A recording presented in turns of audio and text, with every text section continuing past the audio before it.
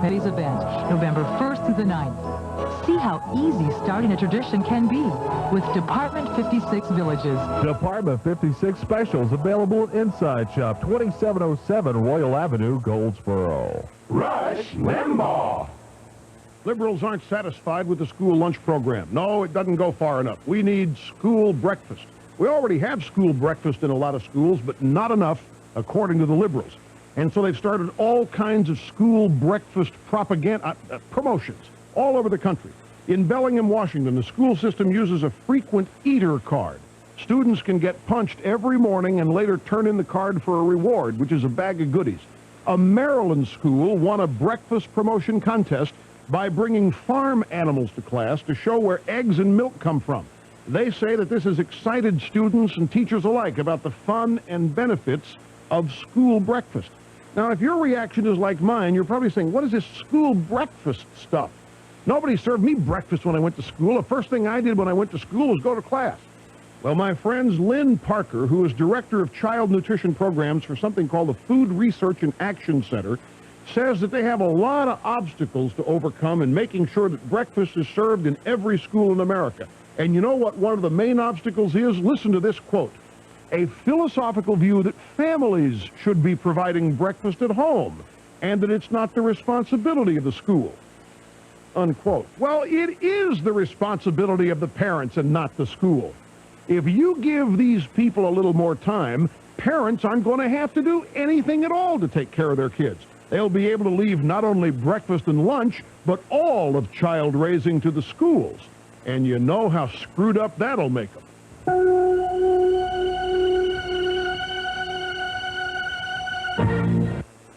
With all the goings-on in Washington, are you outraged yet? Well, if so, you're late. I was outraged a year ago, and now I've moved on to laughing at it, folks. That's what you have to do, and you can't.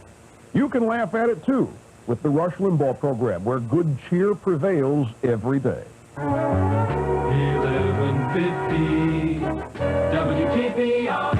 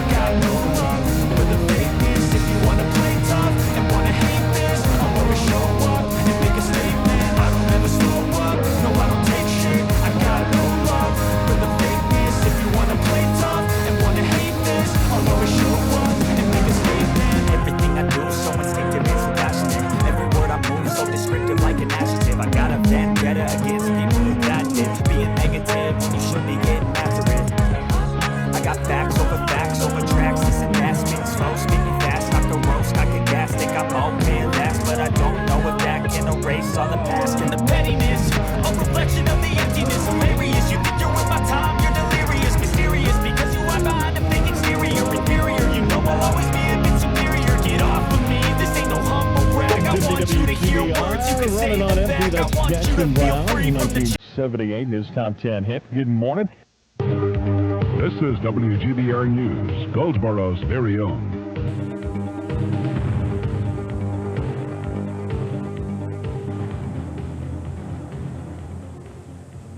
It's time for a look at local news. I'm Thomas Vick on the 1150 WGBR. The number of arrests have climbed to 29 in the city and countywide drug raid being conducted by Goldsboro Police, the Wayne County Sheriff's Department, and the Goldsboro-Wayne County Drug Squad. The raid began yesterday morning around 5 as authorities targeted high drug activity areas in the county and city. Among the areas, Dollartown Road, the corner of Slocum and Spruce Street, the corner of Slocum and Chestnut, James and Pine, Seymour Johnson Homes, South Church Street, and Highway 55 East in Mount Olive and the Fremont area. The raid continues today in other parts of the county. So far, around $30,000 worth of controlled substances have either been purchased or seized. The raid is prompted by a 6-month undercover investigation. Arrest warrants were issued for 39 people on various controlled substance violations. Authorities say the arrests may possibly lead to over 100 indictments in Wayne Superior Court. Anonymous Week Chairman Reverend William Barber has denied rumors the organization is taking a public position on the current school bus driver dilemma in Wayne County. Barber said he, along with other members of the organization, are concerned about the problems and they do take individual positions, but not as an organization.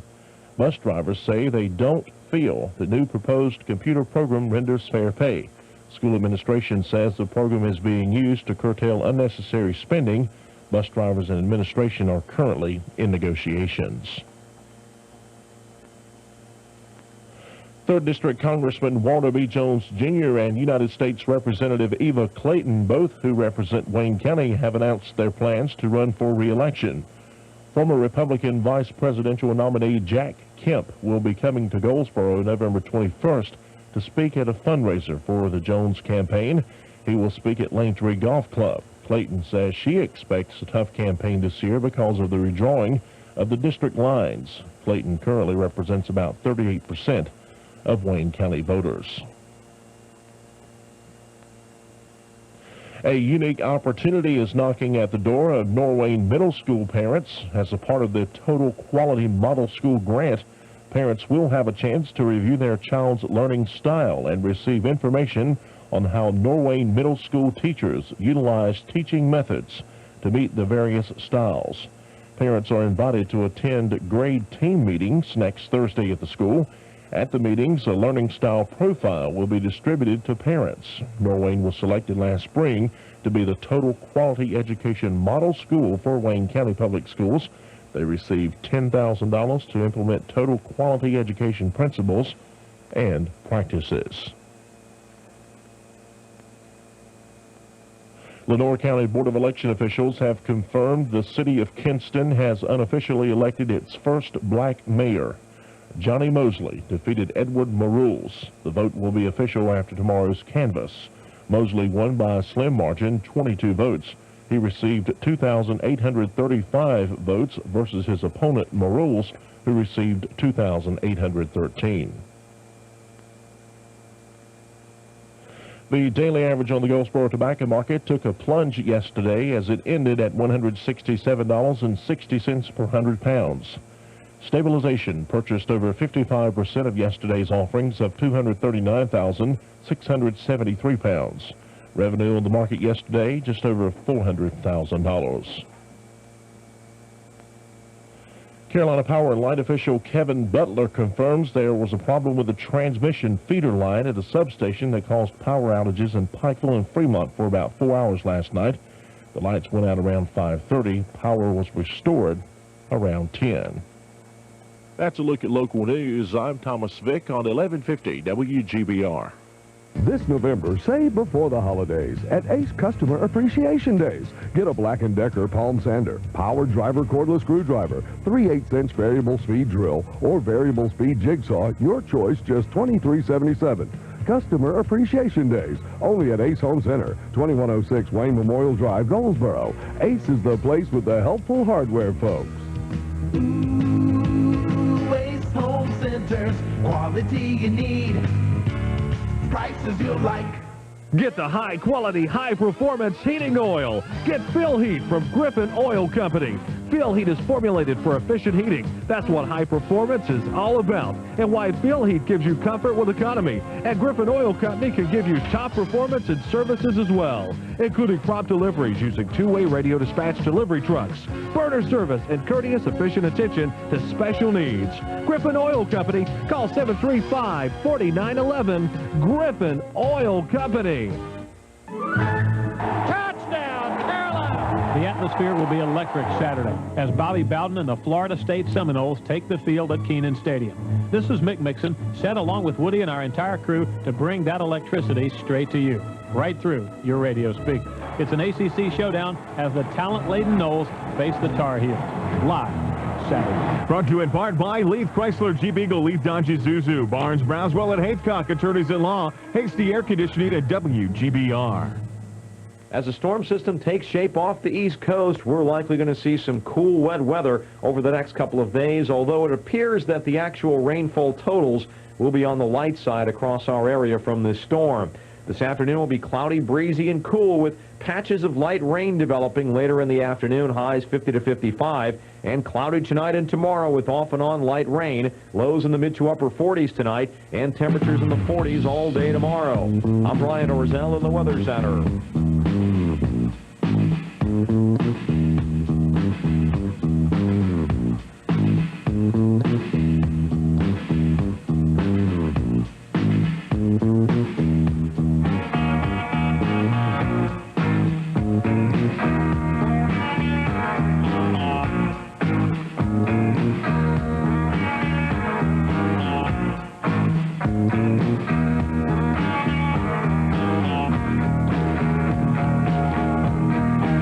I guess that means it's time to go, right? Yeah, well, when it's time to go, we go, ladies and gentlemen. We're here. But as long as I'm here, it doesn't matter where here is. All that matters is that you can hear me, as millions of Americans seek to do on a daily basis, over 20 million tuning in each week to this, the Rush Limbaugh program and the EIB network. Telephone number 1-800-282-2882. A lot to talk about on the program today, ladies and gentlemen. I stayed up late last night watching the proceedings on the floor of the House of Representatives as the subject once again came up of the controversy over the election in the 46th District of California, Robert Dornan and Loretta Sanchez. And boy, oh boy, did it get heated last night. And it kind of dovetails with what is happening with the nomination of Bill Lan Lee to head the Civil Rights Division of the Justice Department. The Democratic tactics, or the Democratic Party tactics here that are being utilized indicate a bankruptcy of ideas. I want to get into that in greater detail, but in essence, what they're saying, what they're accusing Republicans of doing now in the Bill Lan Lee nomination is targeting all Asian Americans. We hate Asian Americans. We despise them. That's the accusation. And we are simply trying to protect things for the old, good old boy network. And the same thing with Loretta Sanchez. The Republicans in the House are simply targeting Latinos and Hispanic Americans. Never mind the fact that the election may have been stolen. Never mind the fact that there may have been fraudulent votes cast. It's amazing to me that the Democrats seek not to be concerned about whether or not there was vote fraud. Anyway, we'll get into that in greater detail because it does indicate a rather morally bankrupt position that the Democratic Party finds itself in. And don't forget, friends, I made this point yesterday, and I think that it is well worth continuing to make the point. All of the election results from yesterday, except for a couple of races, show a massive conservative/Republican sweep, primarily on the issue of taxes. And in Houston, that affirmative action proposal, the one that would ban affirmative action, went down to defeat, 55-45. But on careful inspection, one learns that the people who wrote the thing miswrote it in terms of using language. They actually asked, do you want to eliminate affirmative action? They didn't say, do you want to eliminate race-based preferences? Do you want to eliminate compensatory treatment? Do you want to eliminate preferential treatment? Had the wording of that initiative been different in Houston, who knows? It may have turned out entirely different. Now the mayor of Houston, the outgoing mayor, Bob Lanier, is trying to mend fences with people he insulted by, in essence, accusing people who would vote to get rid of affirmative action as being nothing more than rednecks. If you look at all these election results, the Democrats have one explanation. Well, they got two explanations for it. One explanation is that, well, we simply were outspent. We just didn't have the money. The Republicans raised far more much money than we can and do, and it just wasn't fair. I mean, we were just outspent. That's why. The other explanation is, hey, Americans are satisfied with the status quo. If the economy is doing well and crime is down, people are going to vote for incumbents. Now, wait a minute. If the economy's down and crime is low and people are going to credit a Democrat president for it, wouldn't it make sense that the voters would want more of it? Well, it's not true. Bill Clinton stands alone as a Democrat vote getter. Other Democrats, such as a loser in Virginia, are proving they don't have what it takes to invoke the needs of our churlin and other such sympathy ploys in order to secure votes for themselves. We will discuss that in greater detail, but the thing to remember about all this is the reason why the Democrats don't have any money. Bill Clinton, in essence, looted the Democratic National Committee for himself in 1995 and 1996. Bill Clinton took all the Democratic National Committee money he could get hold of and spent it on his and Al Gore's re-election. The Democratic National Committee coffers, much like our national morality, have been looted by the president.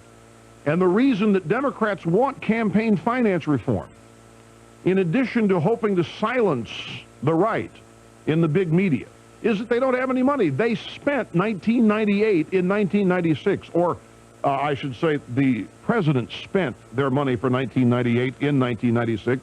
They don't have money even for next year. They're $15 million in debt, which is why the president and vice president are out there trying to refill those coffers.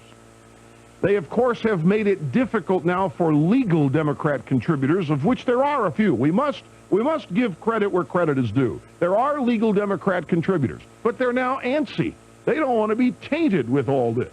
They don't want to be tainted with the idea that they may be giving illegal money or that they may be in cahoots with people who are laundering money. And then the unions do not have unlimited funds, and the unions are all upset about fast track. What's interesting about that is that the union, and Al Fromm, who heads up the Democratic Leadership Council, has a piece in the Wall Street Journal today, and he is livid. He's upset that House Democratic leaders are going against the Democratic president on the issue of trade. He says these guys in the House are going back to the special interest politics of the 80s. And why are they doing it? They're doing it because they need the union money, my friends. The Democrats in Congress, who get some help from the Democratic National Committee, don't have any money. The unions are their primary source. And if these guys go along with Clinton on fast track or expanding trade, then the unions will get mad at them, and who knows what they'll do with their money. Could go to Perot's group, or who knows. So the Democratic Party here is being split as we head into 1998 and 2000, and it's all over, and it's all about the fact that Clinton looted the money. He took it for himself. And you ask any Democrat behind closed doors if that's not the case, and they'll tell you that it is. So it's shaping up to be fascinating. They're out of issues. They don't have anything affirmatively that they stand on. All they can do is invoke fear. All they can do is invoke crisis. They accuse the Republicans of racism at every turn. They're trying to scare everybody in the country, and people in times of prosperity such as we have now don't want to mess with any of that.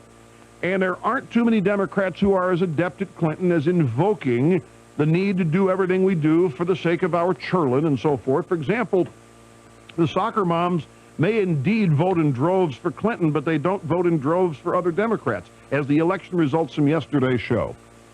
Also, we've got big news here. A self-described investigator who wrote a report with Pierre Salinger that blamed friendly fire for the explosion of TWA Flight 800 has backed away from his claim that a Navy missile downed the plane. I told you people this. I read that internet piece. And there's so much stuff like that on the internet. You can barely believe anything that's out there that shows up in email or on the chat groups. I mean, they're just literally filled with kooks. And so now this guy is owning up. His name is Ian Goddard. He was on CNN yesterday. He said he just wanted to give the government a black eye by any means that looked opportune. TWA 800 was just a vehicle for my larger agenda. Goddard identifies himself as a libertarian and investigator of purported government plots. He said that his TWA efforts were reckless and a mistake. You know, his theory is that the flight was brought down by a missile. He said, quote, I apologize to all those in the Navy I have wrongfully accused. I also apologize to those who believed in my efforts, who are now upset with me for my change of mind. We all need to put our support behind the families of the victims of 800. Salinger says, well, I still think something happened other, but I'm going to drop my investigation. He's doing his best to save face.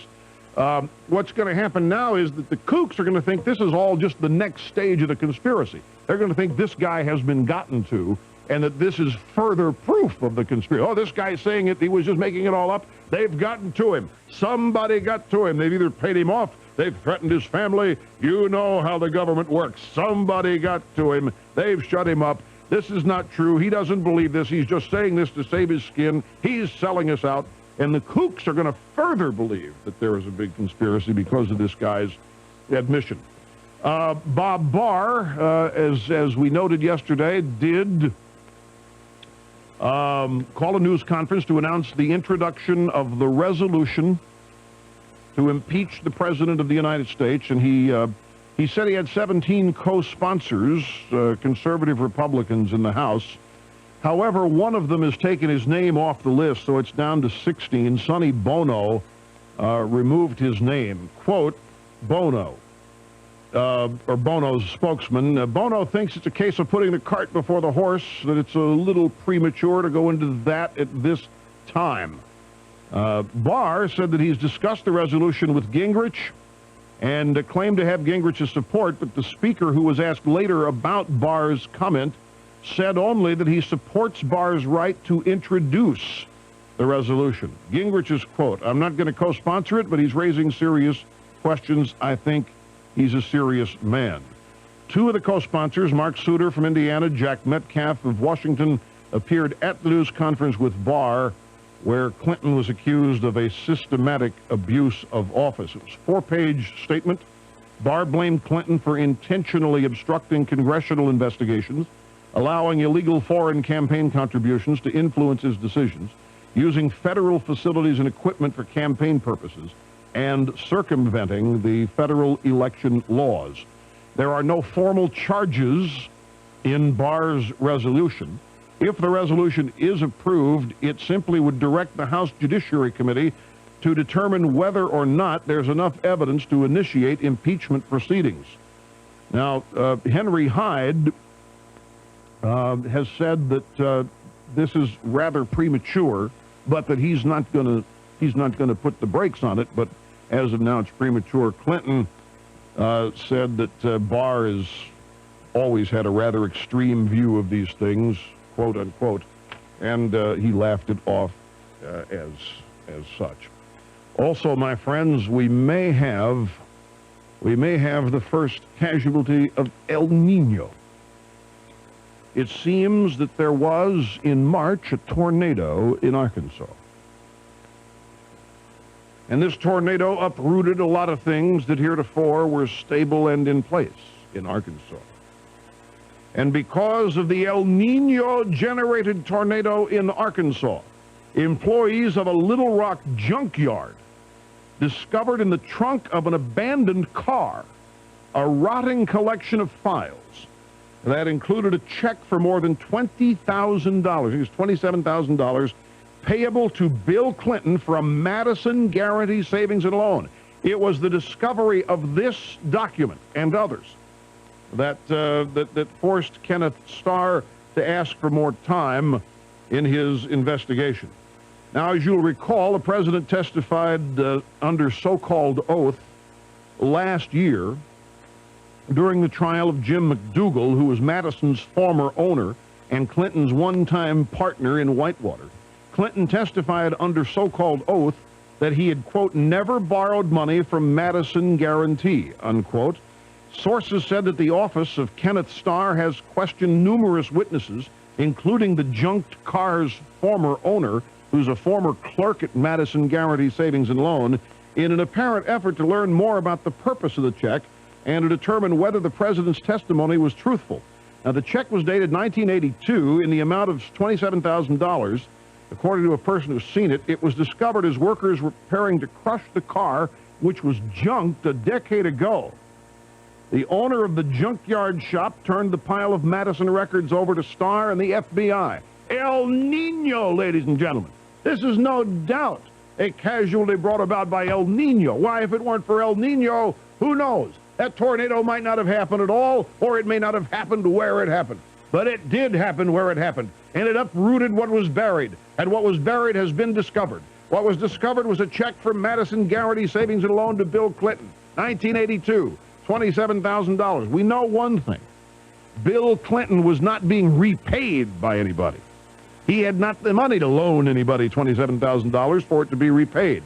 The question obviously now is this check a loan? Does this represent a loan to Clinton? Does this gets into the David Hale mess and all sorts of things. Clinton's personal lawyer, David Kendall. Now, this is great. He said there's nothing to it, but if there is something to it, we can explain it. Now, those are not the words he used, but that's what the words he used mean. Here's what he said.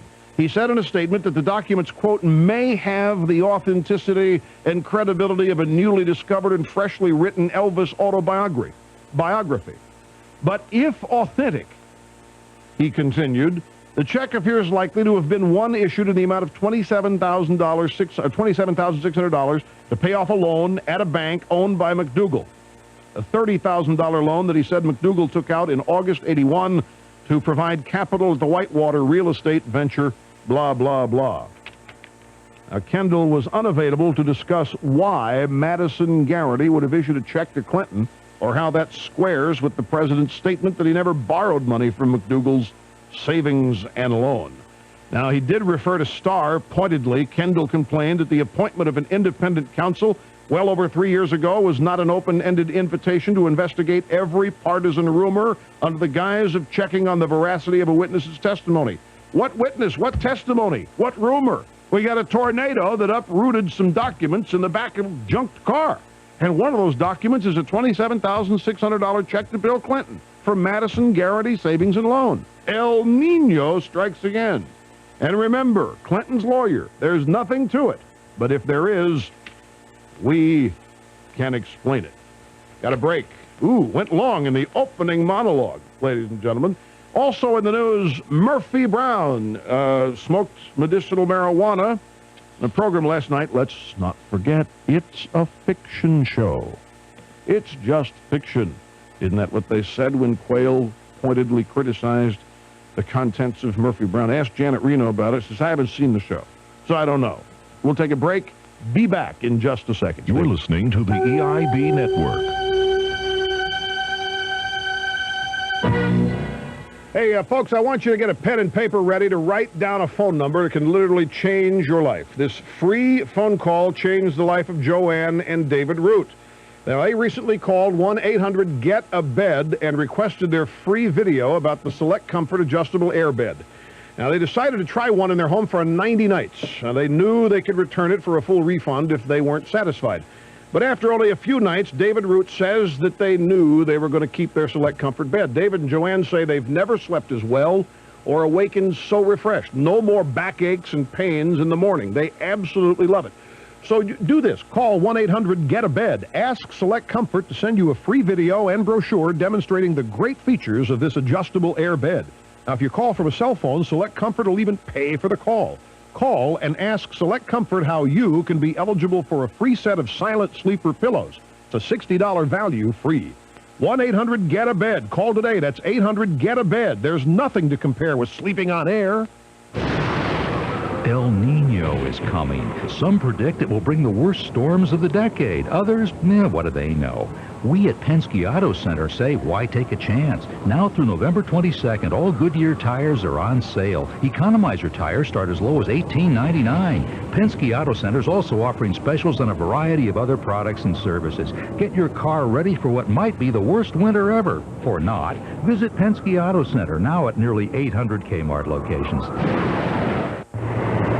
Ahoy, matey, the captain is sailing to you. Announcing Captain Bob's Seafood in Goldsboro's new catering service. They can feed your crew a country buffet, a stakeout, or a down east favorite, a pig picking right where you want it. You bring the people, we'll do the rest. Call 778-8332. That's 778-8332 for catering information. Captain Bob's Seafood, 430 North Berkeley Boulevard, Goldsboro. If you're thinking of buying new carpet this year, take advantage of the buying power of over 500 stores nationwide at Knowles Carpet in Goldsboro. Tremendous savings on all your carpet needs and a variety of brands, styles, and fabric combinations. Knowles also features Karastan Oriental rugs. When you're ready to recarpet, let Knowles Carpet help you save through their association with Carpet One, America's largest carpet retailer. Knowles Carpet, 2311 Wayne Memorial Drive, Goldsboro. Quality flooring expertly installed. November is Truck Month at Snipes Ford in Goldsboro. 97 Ford trucks at factory invoice, and the customer gets any rebates. A 97 Ford Ranger XLT regular cab after rebate just $12,892.20. A 97 Ford Explorer XLT two-wheel drive only $25,251.20. And qualified customers get 2.9% financing for 48 months. All remaining 97 Ford trucks at factory invoice. Ranger and F-Series bedliners only $99 during November. Truck Month at Snipes Ford, 321 East Ash Street, downtown Goldsboro. Tomorrow night, it's the final regular season game of the year on the 1150 WGBR High School Game of the Week. Hi, this is Warren Henderson. Listen to the Trophies and Tributes Coach's Corner at 7:15. Then join me and Dave Chambly at Goldsboro High School when the Cougars host the Washington Pam Pack. Kickoff is set for 7:30 tomorrow night. The High School Game of the Week is brought to you in part by Andy's Cheesesteaks Mount Olive, Billy Holland Auto Parts, Firestone Tire Store, Brooklyn Pizzeria, and Best Used Cars Mount Olive. Washington at Goldsboro tomorrow night on 1150 WGBR.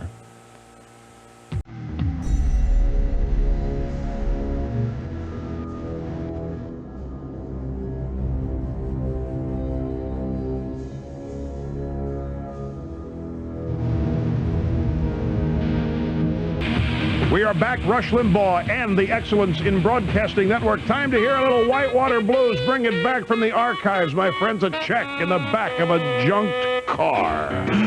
I took the nation by a landslide, and we were rolling along. Of El Nino.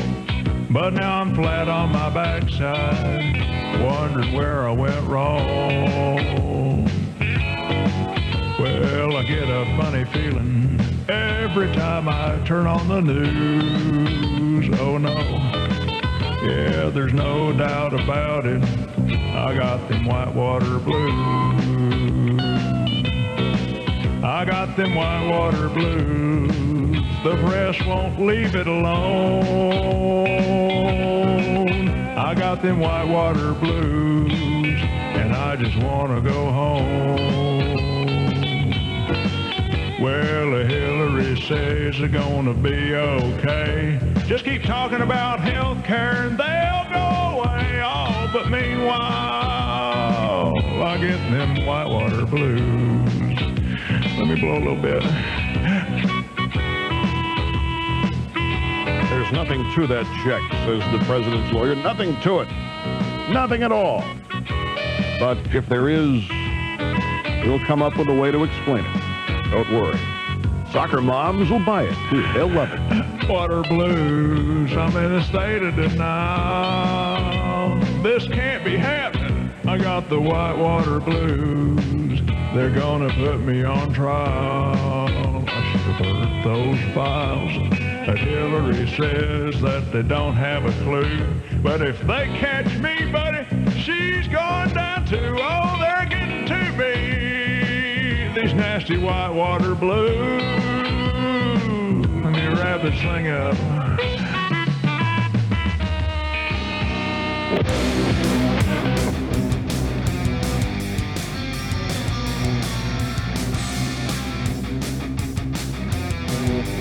Yeah. On the cutting edge of societal evolution with Rush Limbaugh, the Excellence in Broadcasting Network, also known affectionately as the all-knowing, all-caring, all-feeling, all-sensitive Maha Rushy. Get this. This story out of West Virginia, Bell, West Virginia, B-E-L-L-E.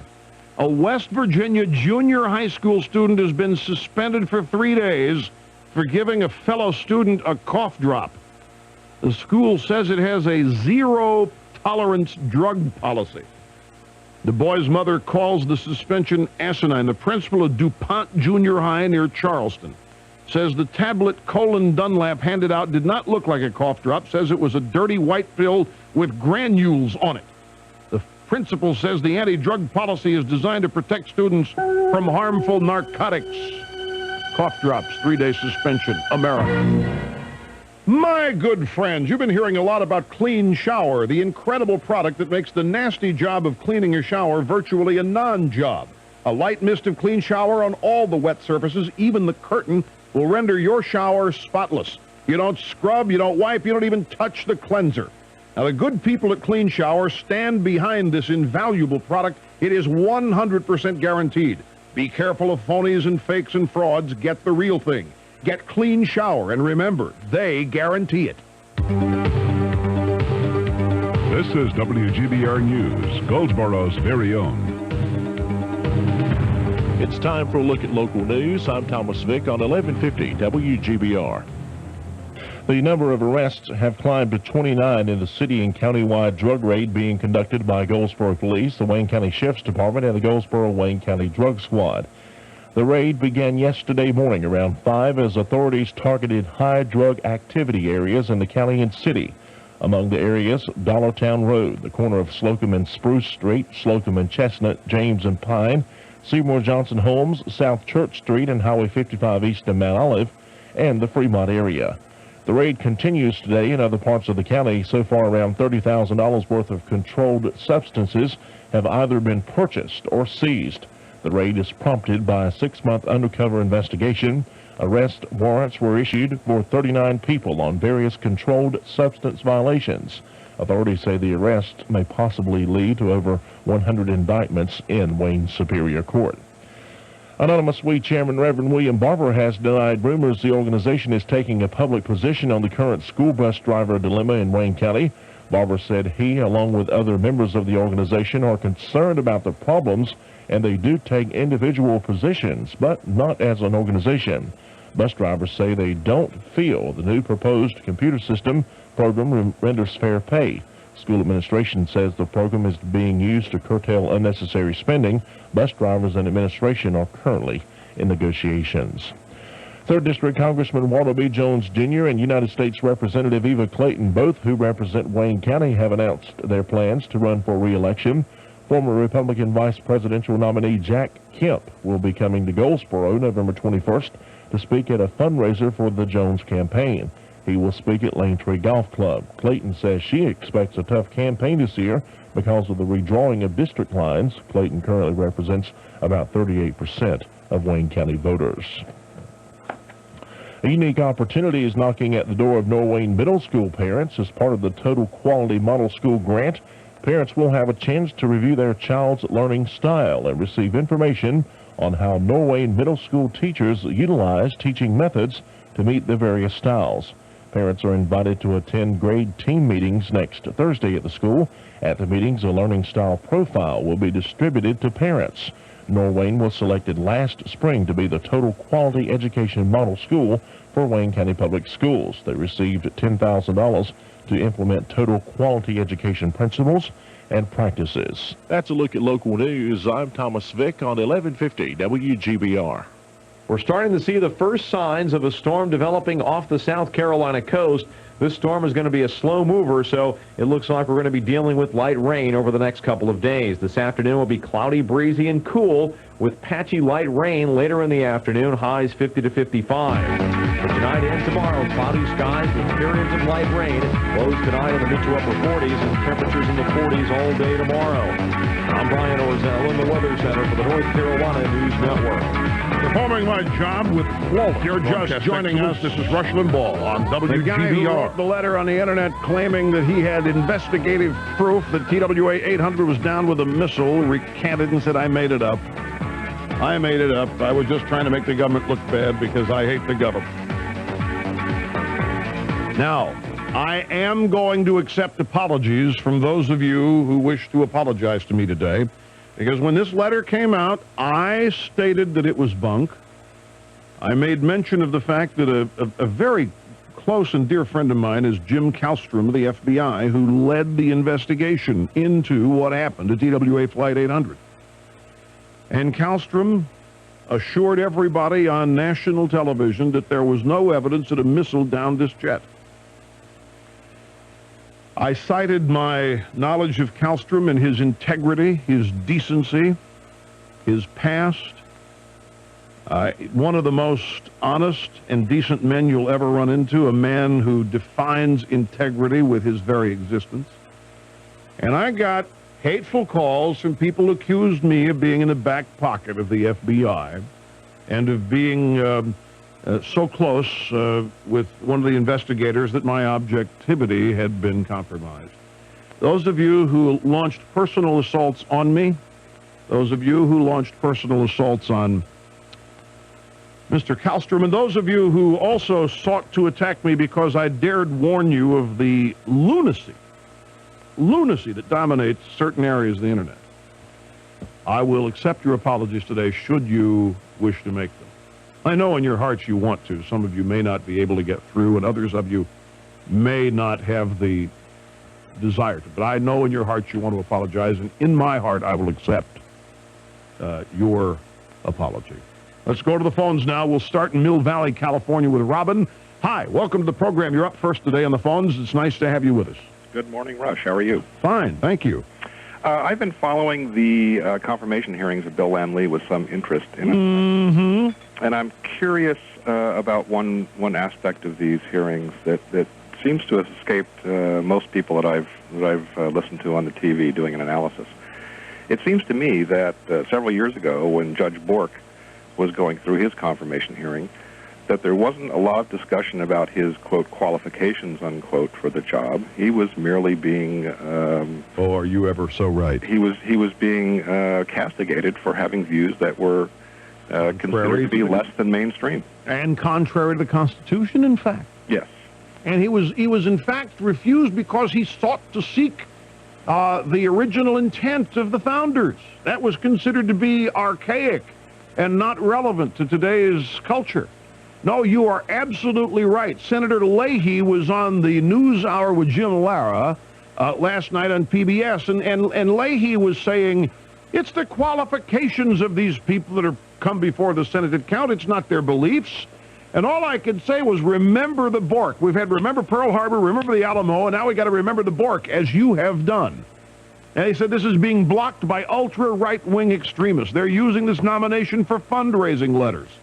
Now, Bork was among the most qualified people to ever be nominated for the Supreme Court. He had a great resume. Two of his students at Yale were Bill Clinton and Hillary Rodham. And I think these guys used Bork for fundraising letters. What's really shameful here is that they have then said and gone further by attacking the Republicans who oppose Lee by accusing them of being racists. Did you hear any of that? Yeah, I heard some of the racist remarks, and I completely discounted them. I don't see any of that going on. I think most of the senators on the panel would, are far above that type of attack. I saw a press conference. Thanks, Robin, for the call. You are right on the money. I saw a press conference last night that the Democrats called, the Senate Democrats.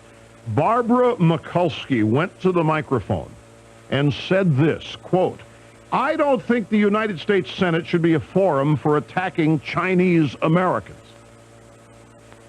Right after she said that and was leaving the podium, she was overheard telling Ted Kennedy, "I hate to do that, but we have no choice."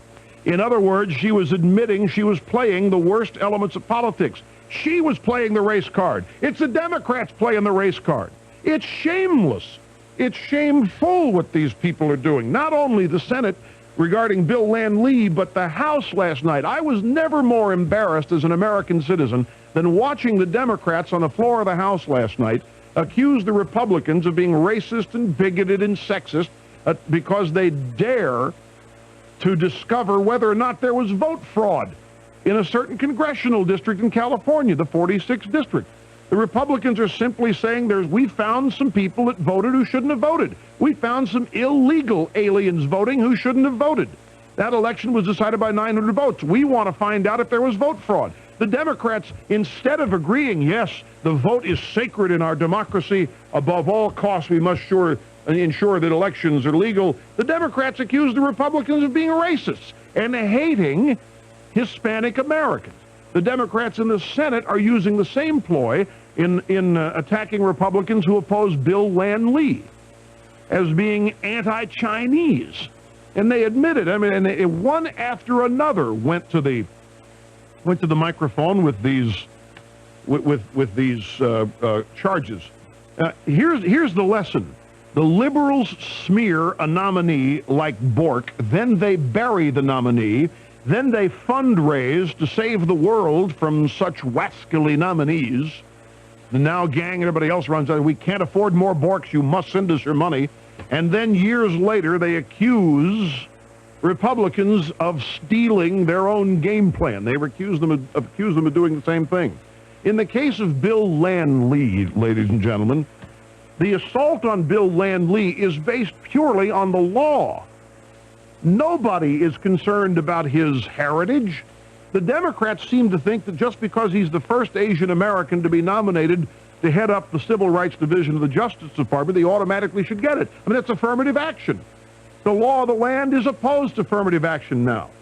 It's becoming the law of the land in courts all across the country, Houston notwithstanding, and that would have come out differently had the wording of that ballot proposal been different.